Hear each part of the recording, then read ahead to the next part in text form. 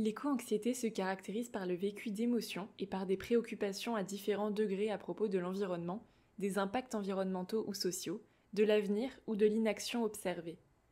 L'éco-anxiété peut être perçue comme positive et porteuse d'actions bénéfiques, ou souffrante et déstabilisante, ou même les deux à la fois.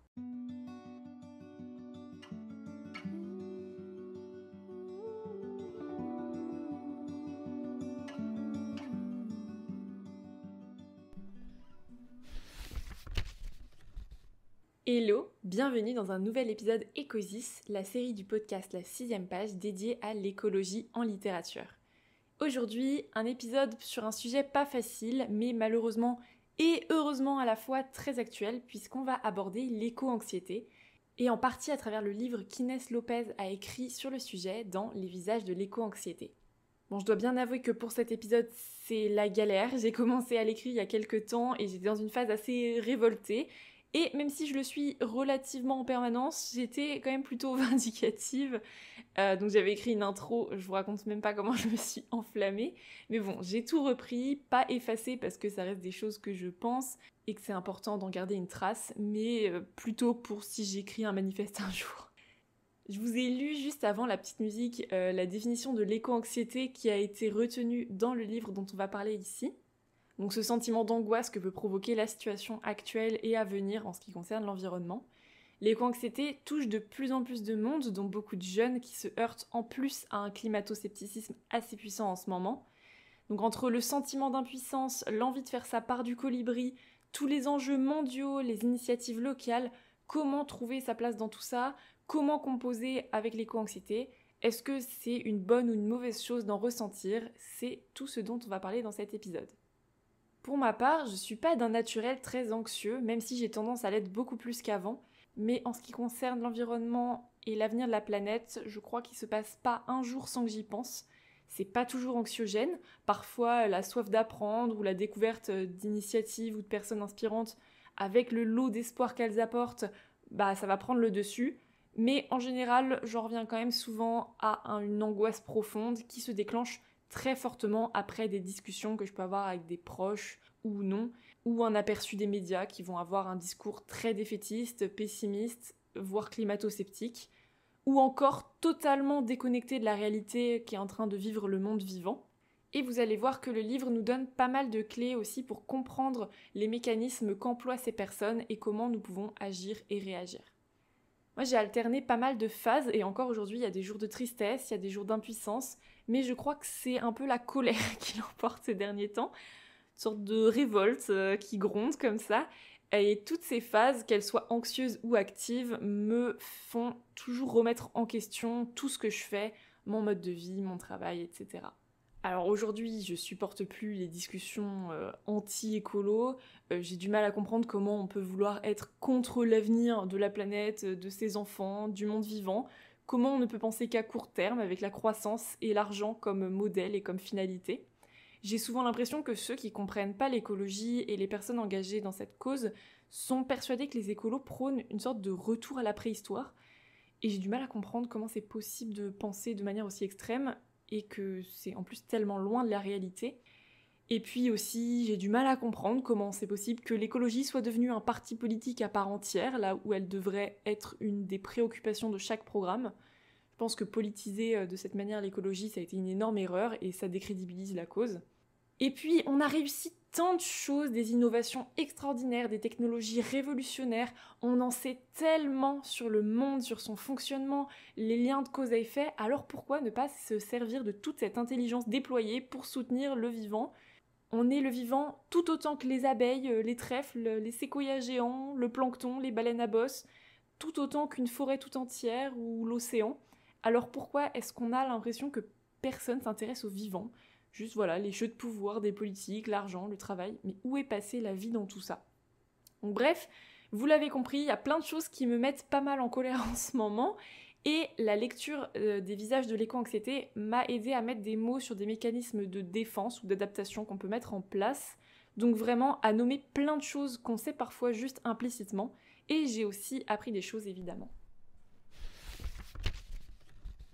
Alors déjà, ce livre, il a été écrit par Inès Lopez et il est publié chez les éditions Éco-Société dans la collection Radar, qui est une collection qui publie des essais à destination de la jeunesse, donc plutôt ados et jeunes adultes, mais qui s'adresse aussi tout à fait aux adultes, il n'y a aucun problème pour ça. Et donc l'autrice Inès Lopez s'engage pour l'environnement, la justice sociale, la santé et le bien-être par l'intervention et l'éducation depuis 20 ans. Ce livre, c'est un court essai qui est donc très accessible, qui propose une mise en page variée avec des définitions, des schémas, des tableaux, et qui offre une vue d'ensemble sur les enjeux de l'éco-anxiété. Tout au long de ma lecture, j'ai pris beaucoup de notes, alors je vais essayer de vous résumer un peu parce que je crois que j'ai dû écrire pas moins de 15 pages de notes, c'est assez poussé, enfin j'ai écrit, je vais pas dire tout le livre, mais j'ai quand même noté tout ce qui m'intéressait. Moi je vais essayer de vous résumer tout ça pour que ça soit clair, concis et que vous sachiez un petit peu quels sont les points abordés dans cet essai. Alors tout d'abord, en introduction, on va nous rappeler qu'une crise traversée, qu'elle soit individuelle ou collective, c'est pas forcément négatif, qu'en parallèle, il peut se passer quelque chose d'intéressant et de positif.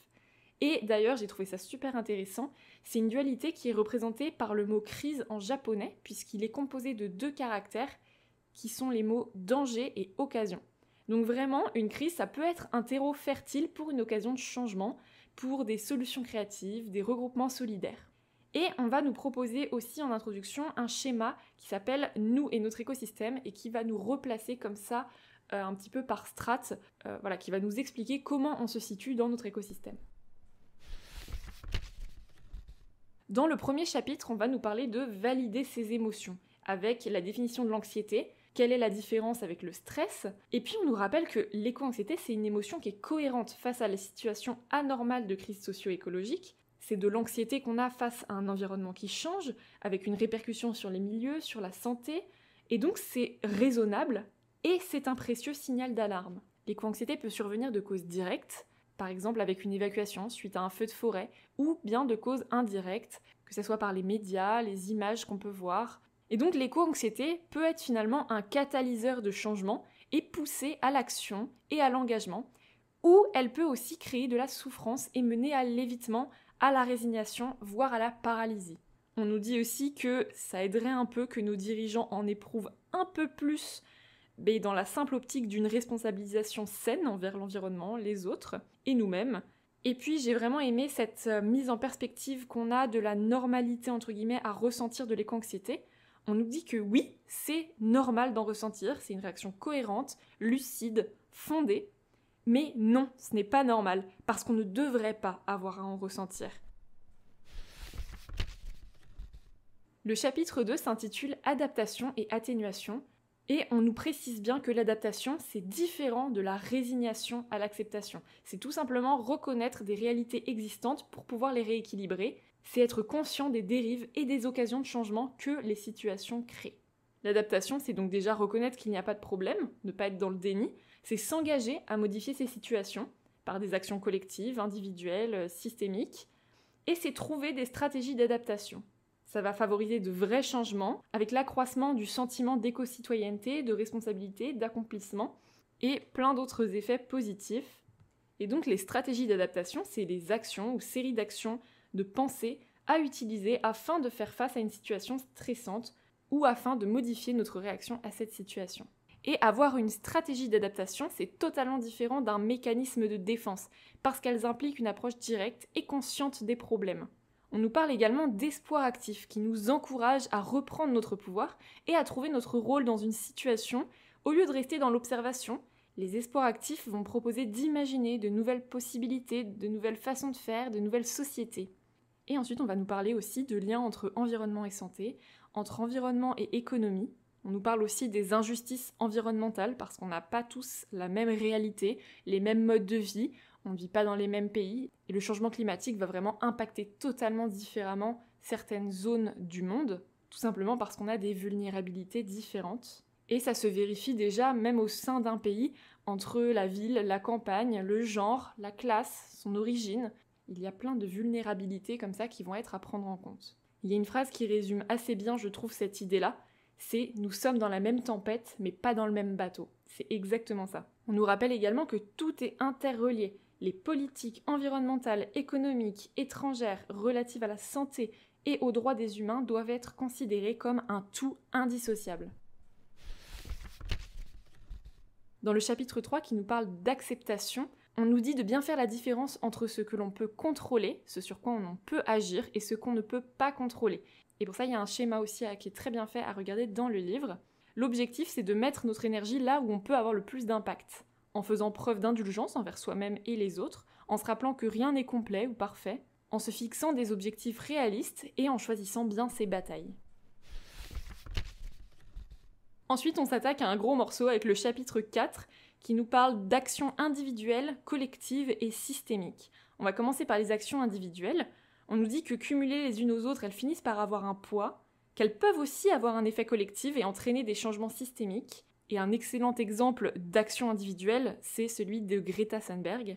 Les actions individuelles, elles peuvent être très simples, comme peut-être plus compliquées à monter, comme des projets. Ça peut aller de reprendre contact avec la nature, avec des activités en plein air, du jardinage, revoir son rapport à la nature. Ça peut être poser des éco-gestes, comme les transports collectifs ou actifs, comme le vélo. Ça peut être manger moins de viande, plus de végétaux, choisir des aliments produits localement. Intégrer aussi la règle des 9 R au quotidien, donc réduire, réutiliser, refuser, récupérer, revaloriser, réparer, repenser, revendiquer et se rappeler que la perfection n'existe pas.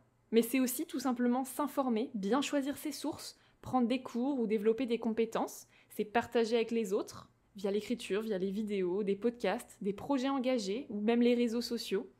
Mais c'est aussi s'inspirer, découvrir des projets, lire des essais, des écofictions. Ça peut être faire des études dans un domaine qui correspond à ses valeurs écosociales. Et puis ça peut être aussi communiquer avec ses députés et puis aller voter.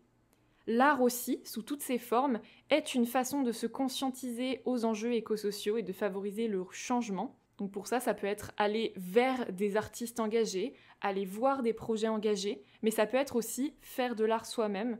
Et puis aussi, la pratique de l'art peut être une manière de canaliser les émotions suscitées par les enjeux environnementaux de façon positive. Ensuite, on a les actions collectives. Elles ont un plus grand impact. On ressent moins de solitude, moins d'impuissance, puisqu'on a du soutien.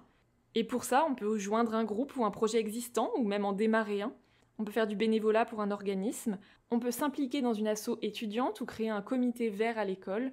On peut contribuer à des projets de conservation, de restauration des milieux naturels. On peut aussi communiquer et plein d'autres actions comme ça à mettre en place. Et ensuite, on a les actions systémiques. Ce sont des changements à très grande échelle.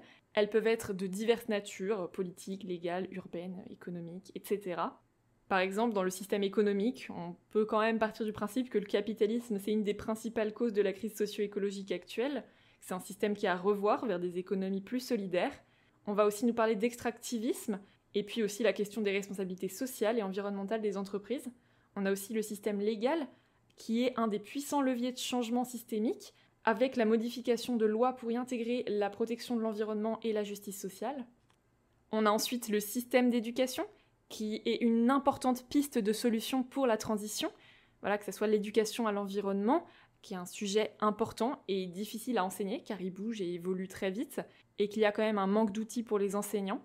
Cette idée de faire le lien entre chaque matière et l'environnement, que ce soit les choix, les impacts des modes de vie, etc.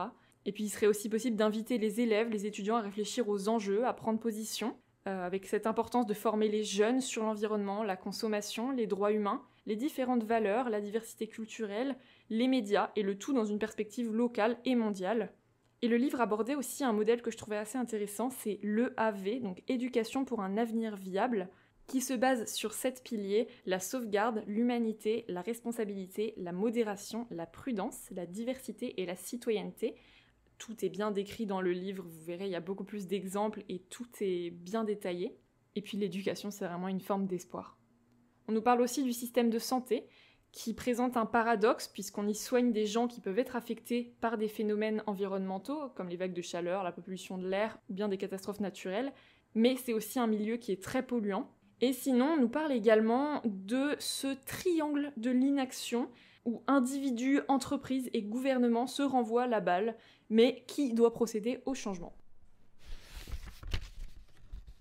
Le 5e chapitre aborde les stratégies d'adaptation. Et donc le point de départ lorsqu'on est confronté à une situation ou une décision à prendre, c'est est-ce que j'ai un certain contrôle sur la situation ? Et là, on a différentes options qui s'offre à nous selon oui ou non. Et pour ça, il y a un tableau qui est hyper bien fait, des stratégies d'adaptation, vraiment c'est super intéressant.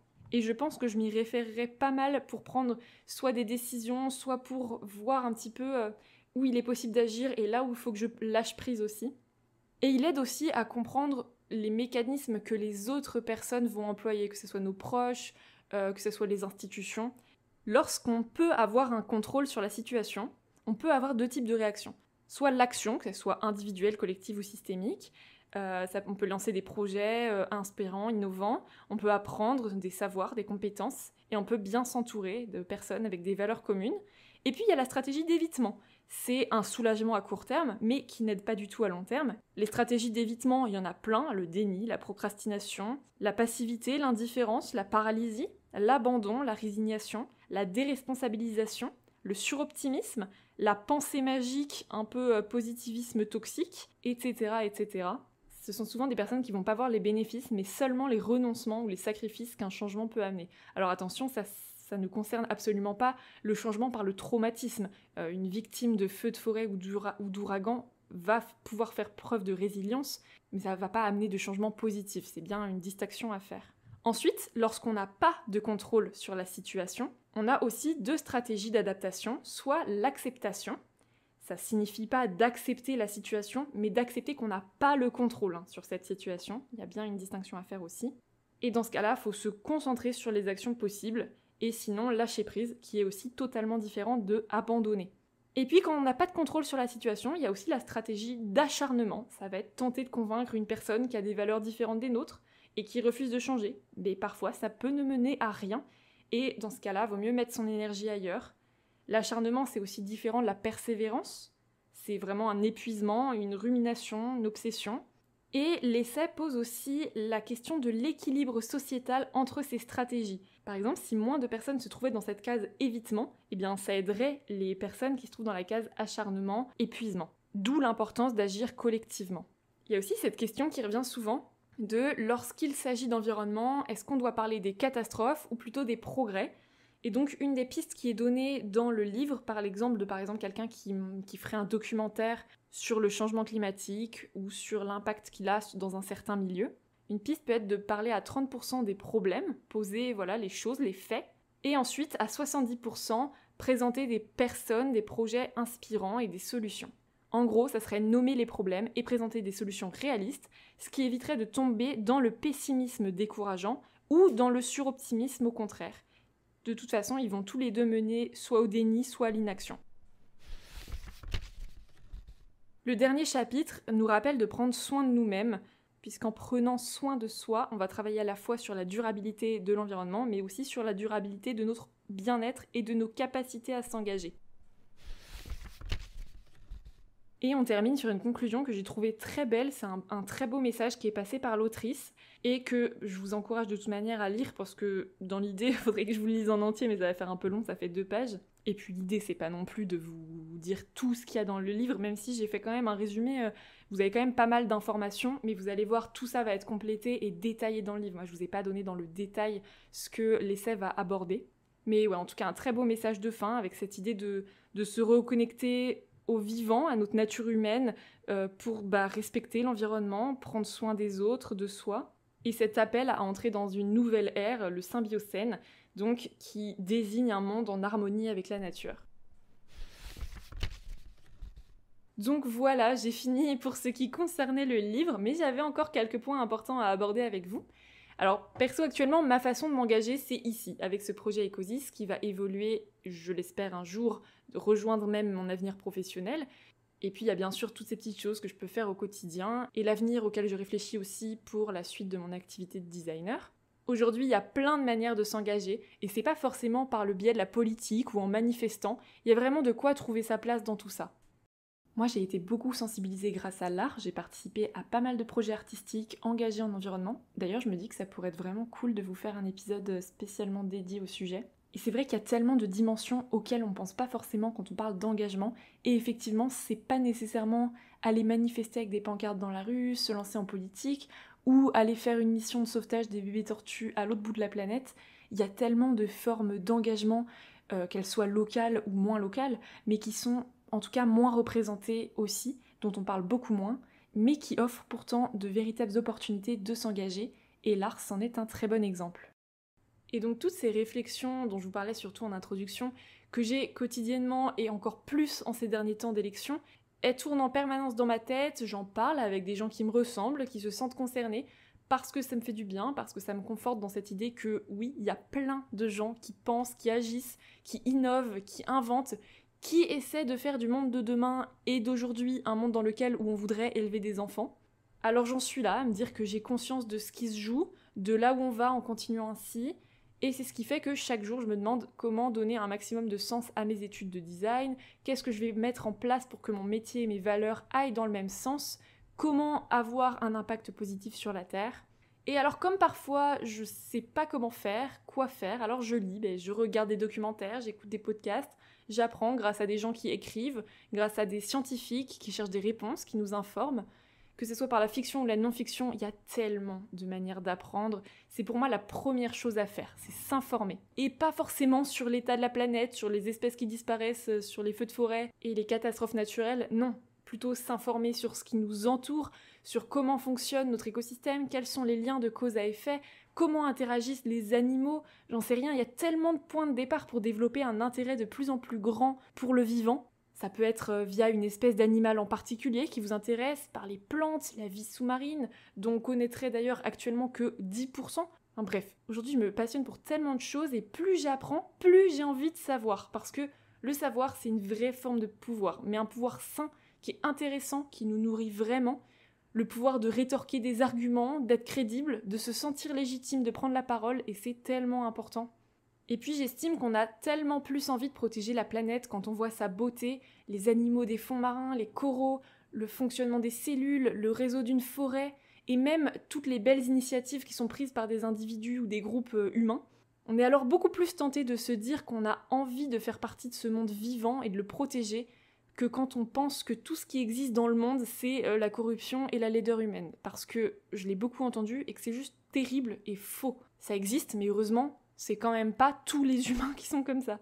Et puis après, en ce qui concerne la prise de conscience individuelle, alors est-ce que pour faire prendre conscience, il faut choquer? Est-ce qu'il faut débattre, laisser les choses se faire en douceur, expliquer, montrer la beauté du monde? Je pense que chacun a des sensibilités différentes et qu'il n'y a pas qu'une seule façon de faire les choses.